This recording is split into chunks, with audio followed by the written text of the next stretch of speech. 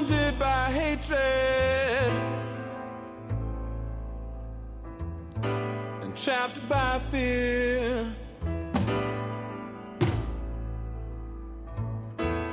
I'm in a box.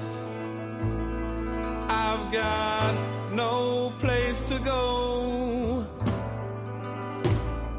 If I follow my mind, I know I slaughter my own. Help me, I'm the prisoner. Won't you hear my plea? I need somebody, yeah, to listen to me. I beg you, brothers and sisters, I'm counting on you, yeah.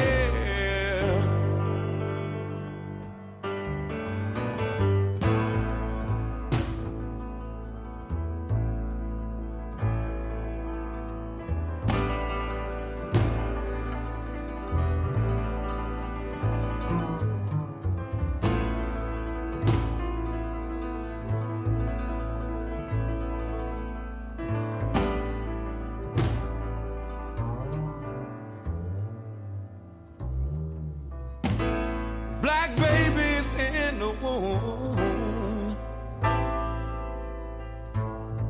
shackled and bound, chained by the caveman who keeps beauty down. Who would stop the killing? We will stop the killing. When? Yes. When? Yes.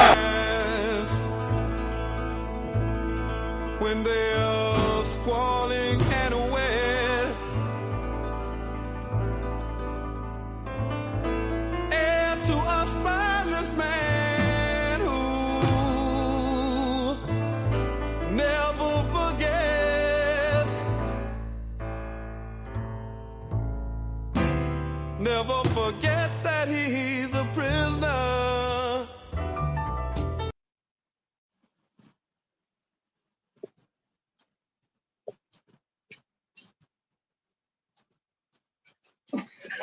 Peace and love, family. Welcome to the NEPPC podcast. I'm Brother Frank, and I'm with former political prisoner Abdul Haq Islam. Today's episode, we talk about a community and their responsibility, rather their relationship to political prisoners. You know, we're talking about Joy Powell and how she's currently incarcerated because of her activism. And we want to know what you think about, you know, what should be done regarding how we deal with her. Her relationship needs to be stronger in our community because we represent what she was struggling for. We represent the work that she put in, and the fact that because of her stance, it led her to be a target by the police of Rochester, because that's where she was organizing at. She was organizing in Rochester.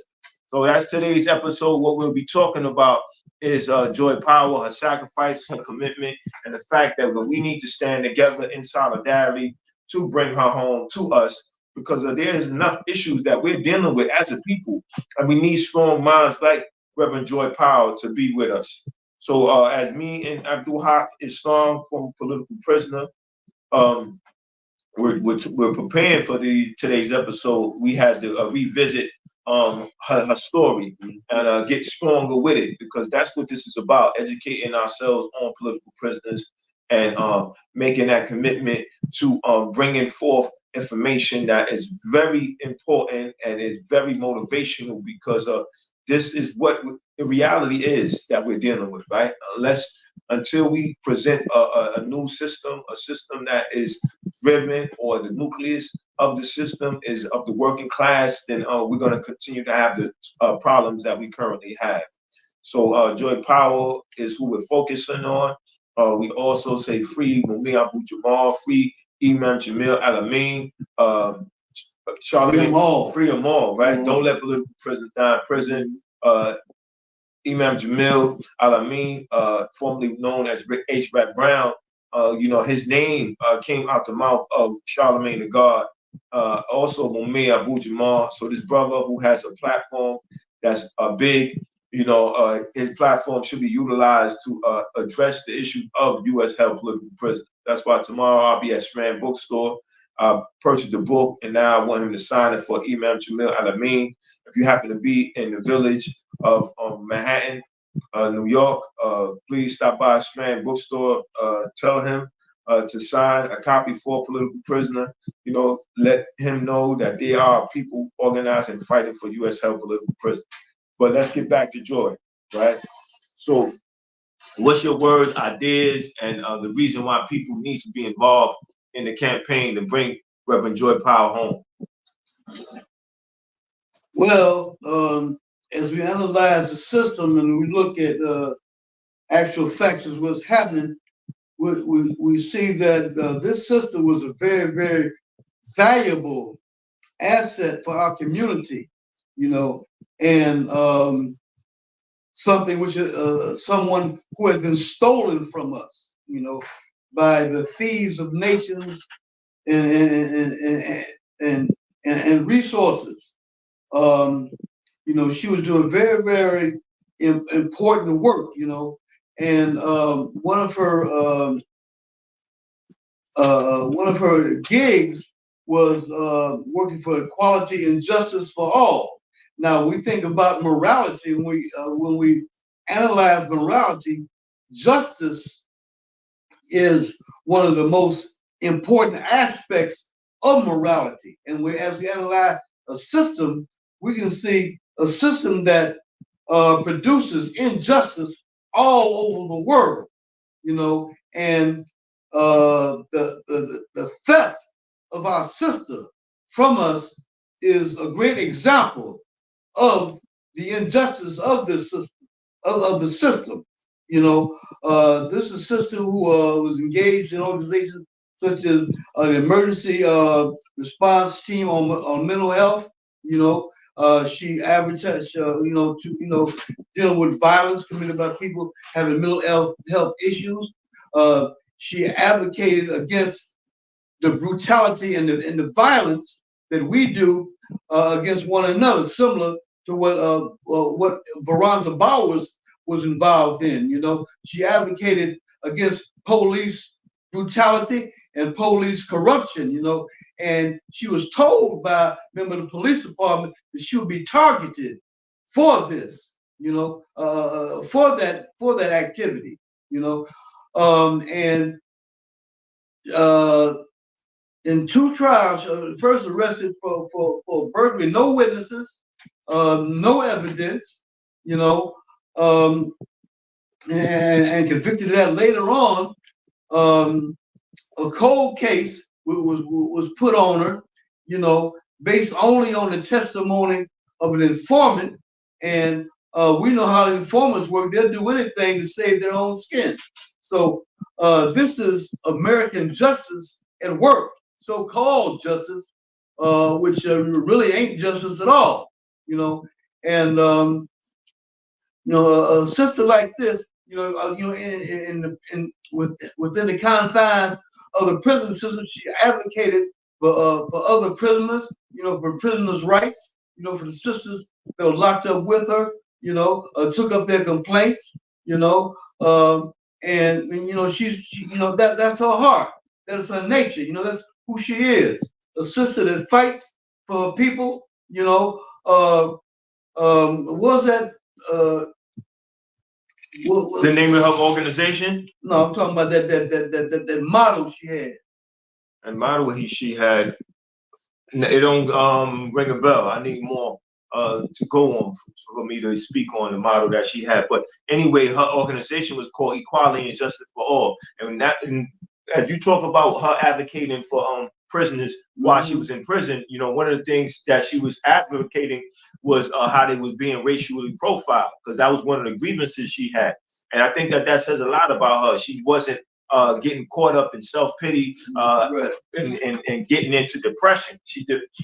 she remained to be a professional organizer. She remained to be committed to fighting for what needed to be fought for, because she know that injustice anywhere is a threat to justice everywhere. You know, those is Martin Luther King ideas, and those ideas are relevant. Those are correct ideas, and those are ideas that need to be the fuel that we need to stand up and fight for a just world.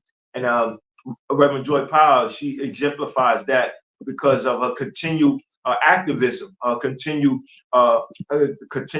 fighting spirit wherever she's at. I know when I visited Joy Powell with a couple of my comrades, you know, it was very inspiring to see her, to see that fight in her eyes. She was unbreakable. She was unbroken. That's what's, sorry. And that was to say, joy is unbreakable. I'm sorry. nah, That's just joy is unbreakable. Go ahead, brother. Sorry. absolutely. So That's joy the is motto. unbreakable, right? And actually that, or when you go see her and visiting her, she was pointing to where the sign was. So Yeah. every time somebody would come visit her, or even they visit anybody, it say joy is unbreakable. Okay. Eventually they painted over it, but it just lets you know how people seen her. She took care of other inmates. Her spirit was very joyful, very loving.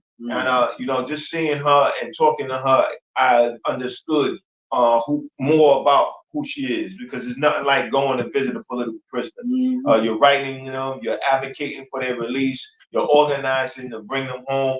So this episode, when we talk about our community and Joy Powell is the representation of political prisoners, period.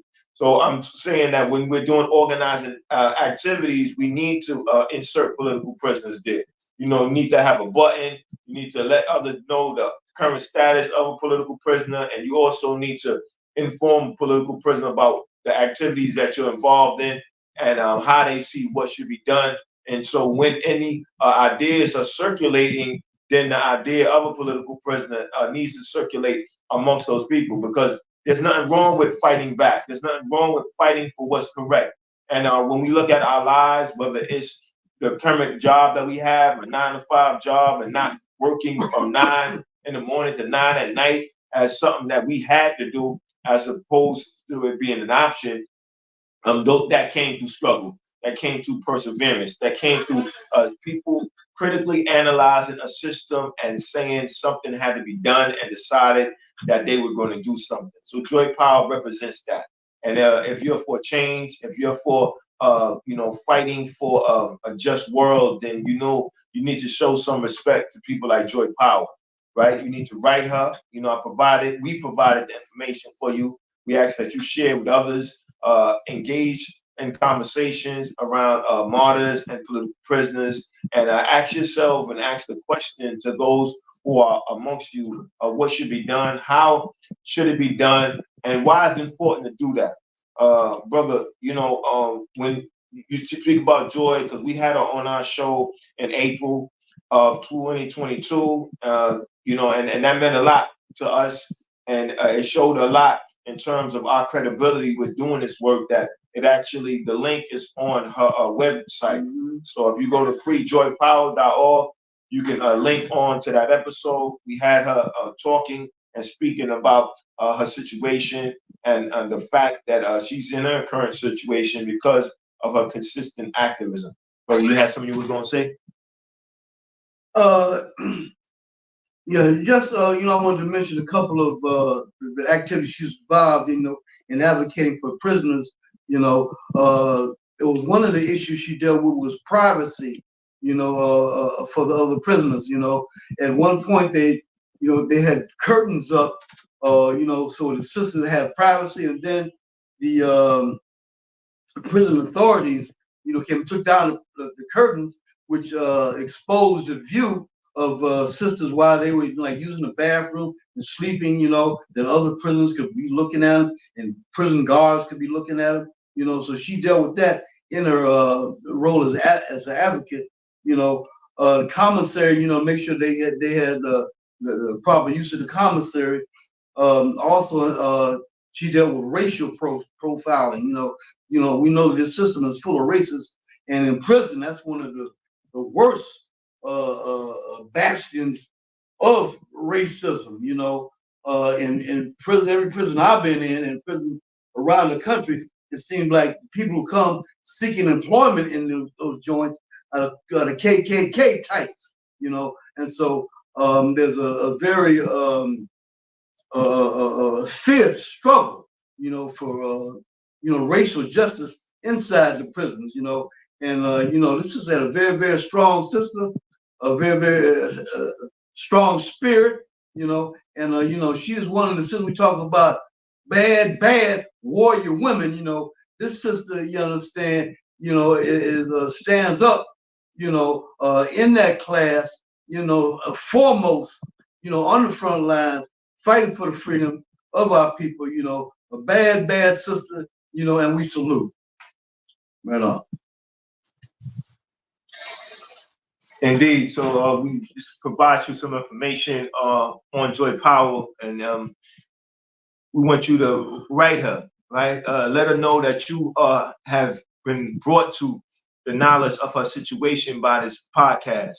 Let her know how you feel. It should be a family project, or it should be a community project.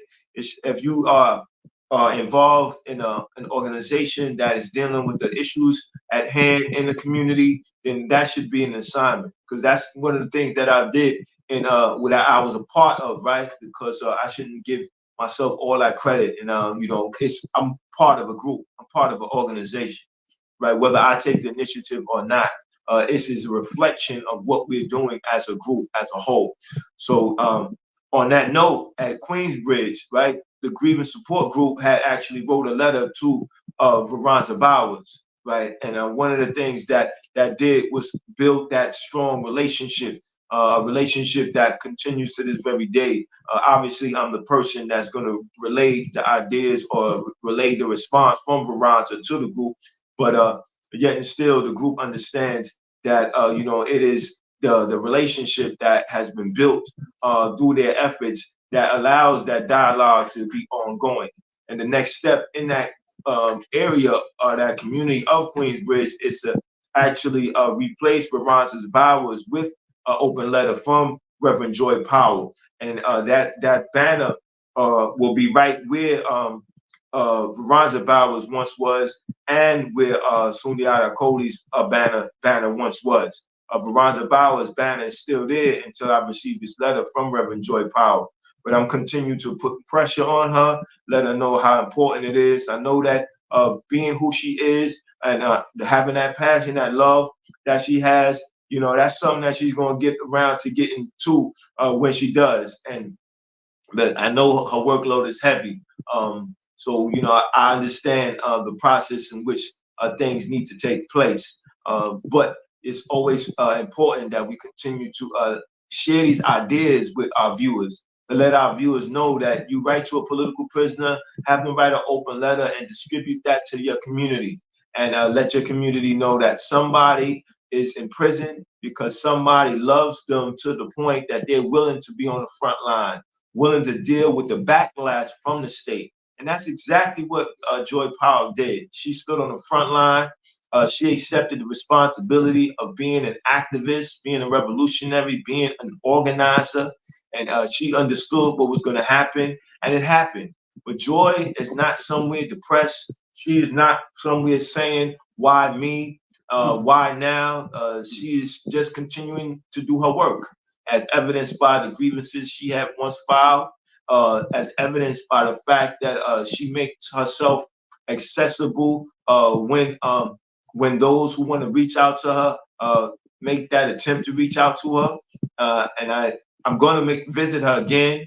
That's in the makings. And when I do, I'm going to let her know what's being done, and the fact that we want her to give us her best insight into how our people need to deal with issues such as mental health, right? Because as the brother just said, she had a group that was prepared to deal with the mental health issues. Because we watching the news all the time, right? The police are being called for a mental health issue and somebody ends up dying. They're not trained for that. They're not equipped for that. They're taught to shoot first and ask questions later.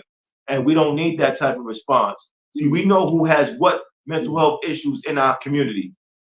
We have brothers and sisters. That's how we deal with one another in our community, right? You've been in the community for 20, 30, 40 years. You know each other's secrets. You know all each other's business. In fact, you are each other's business. So when you're stepping up to intervene in a mental health crisis, you know, that's your responsibility for being family, right? We can't pass our responsibility to outsiders. And that's what happens when you call somebody on a mental health issue.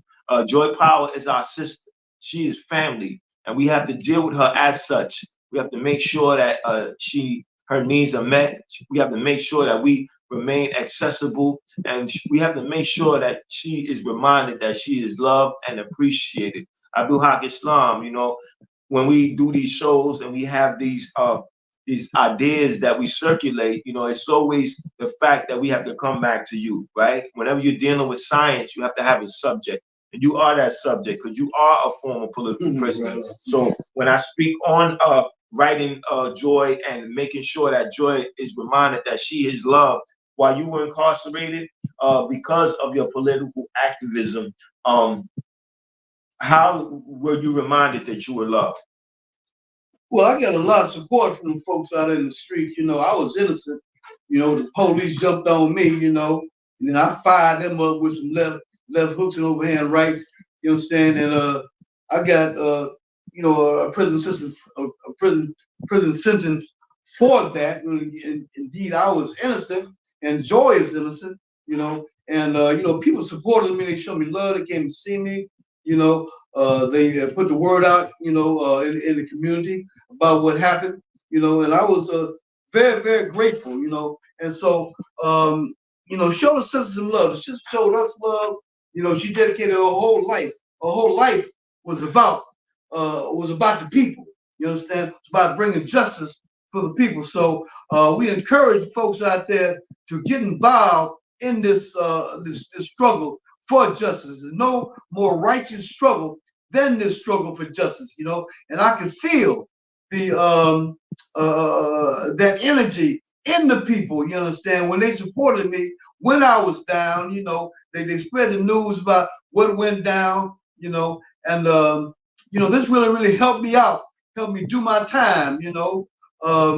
You know, doing time ain't no easy thing, but you know, when you got you feel the love of the people, that makes it a whole lot easier, you know. So we say get that to the folks, get down with this struggle for justice. You know, it's very, very vital struggle, very, very necessary, you know, and you know, and as a people, we got a whole lot of power, you know, and we come together, you know, for a righteous cause. We feel that power, we know it, and we know we're going to win right on. Absolutely. And listen, I was just thinking about how accessible Joy Powell is. So if we have any writers, you know, who are viewing this and you would want to take up that assignment to actually write a letter on her, start taking notes to write her autobiography if she wants to do that, or if you write short movies, short films, do a film on her, right? Do a reenactment of Joy Powell, and just to let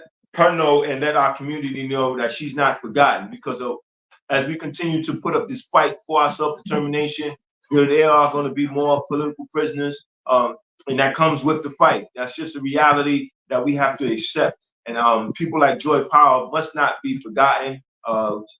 She needs to be made well aware of her importance to us. So we have to look at what talents we have. If you're a musician, you know, write a song about Joy Powell. If you're a hip hop artist, because Joy Powell loves hip hop. In fact, while we were at a visit, she kicked a verse for us. She said, "This was when I had a certain mentality." She said, "But I no longer have that mentality." So she gave us a disclaimer prior to her spitting her 16 bars. I really appreciated that, and those who were with me appreciated that, because it bonded us more firmer. And we came to the realization that Joy is no different than we are.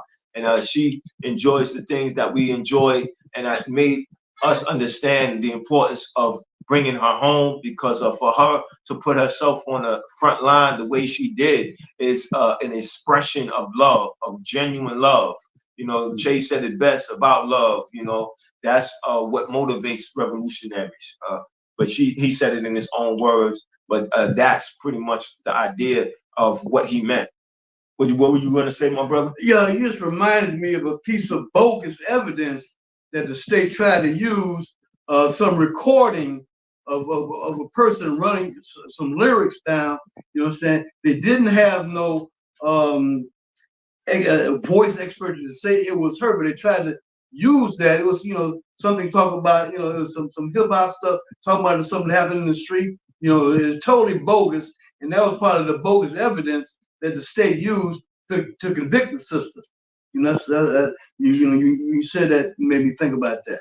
Absolutely, and that's how they work, right? When you look at the attack that they had on her, that's what they want to do. They want to bring evidence up. They had a jury, all-white jury, and that goes back to our history in this country of being attacked because of who we are in terms of being people of African descent. Look at the Scottsboro boys, right?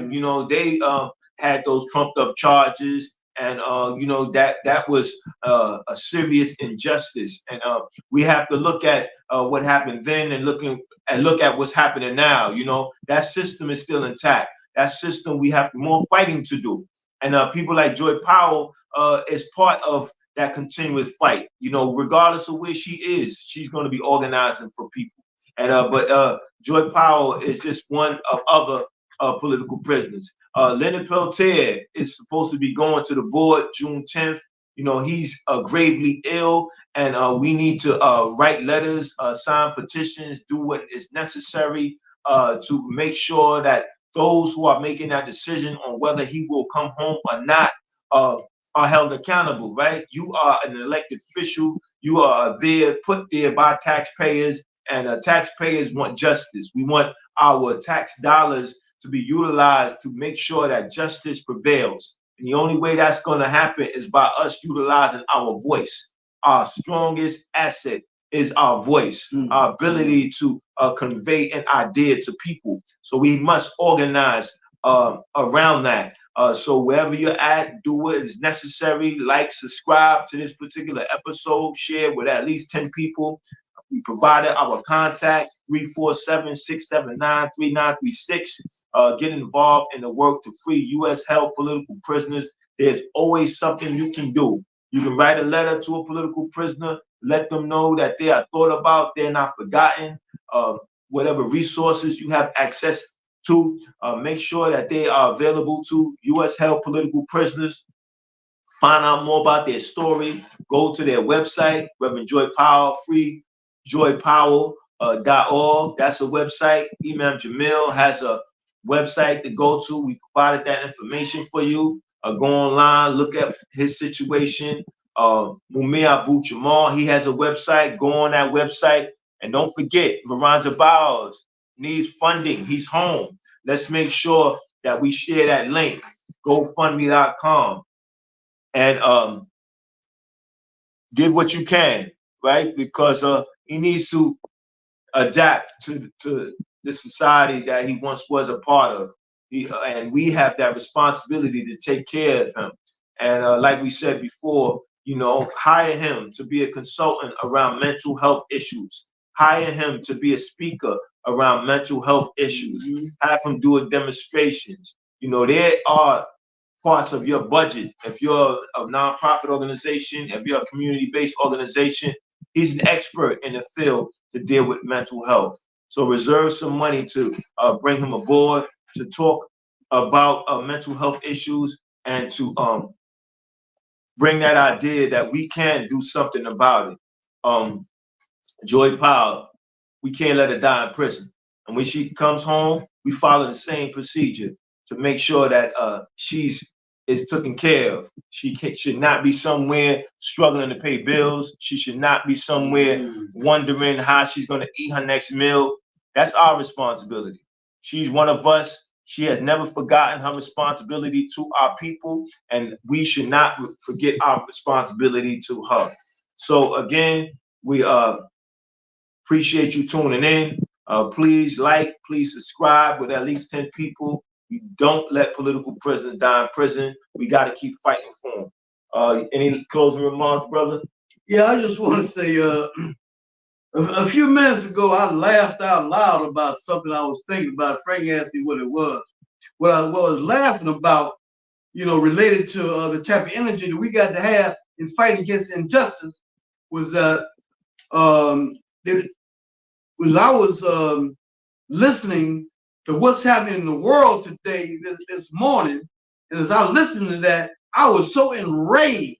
You understand what's going on?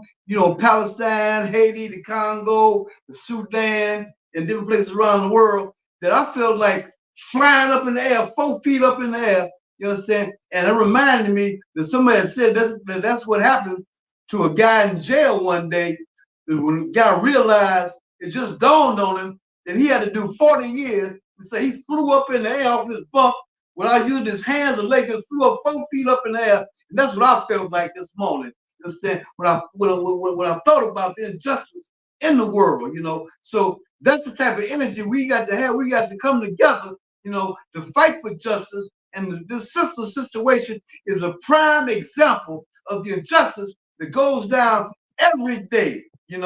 Frank said that she was extracted from us. I just straightened out about the use of that term. Extract me like taking something valuable away from us. He equated that with stealing, but in a way, it's like, when the doctor extracts your tooth, he's pulling on it like this, and that's what they did to us. They ripped her from us, they robbed her from us. You understand? So we got to fight like heck. You understand? I didn't want to say the other H word, but we got to fight hard to free the sister, to free all our political prisoners, our stolen treasure. What is it called? Free them all.